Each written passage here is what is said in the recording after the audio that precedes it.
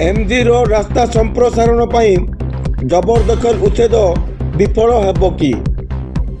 जयपुर सहर MG road welcome छक ठारू बेल रोड छक पर्यंत रास्ता संप्रसारण जबरदखल उच्छेद कार्यक्रम चलित मास विगत 14 तारिख दिन जयपुर उपजिलापाल तत्वावधान पौर परिषद कर्मचारी समेत जयपुर तहसीलदार राजस्व निरीक्षक एवं समस्त सरकारी विभाग अधिकारी उपस्थिति रे रास्तार मध्य भागरू 20 फुट चिन्हट होता बेले समस्त दुकान घर गुड़िक जेसीबी मेसीन एवं कटर मेसीन द्वारा जबरदखल उच्छेद करा जायथिला।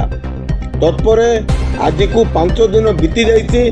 जयपुर पौर परिषद कर्मचारी प्रतिदिन भंगा जाइतबा रास्तार उभय पार्श्व बाली माटी इटागुंड गुड़ी को ट्रैक्टर माध्यम उठाइबारे व्यस्त रहिछन्ति।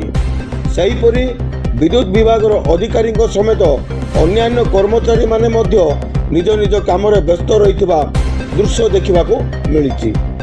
जेते दिन पर्यंत रास्तार उभय पार्श्व रहिथिबा विद्युत खुंट एवं टेलीफोन खुंट हटिब नहीं सेही पर्यंत रास्ता संप्रसारण सफल हेबा संभव देखा जाऊ नहीं।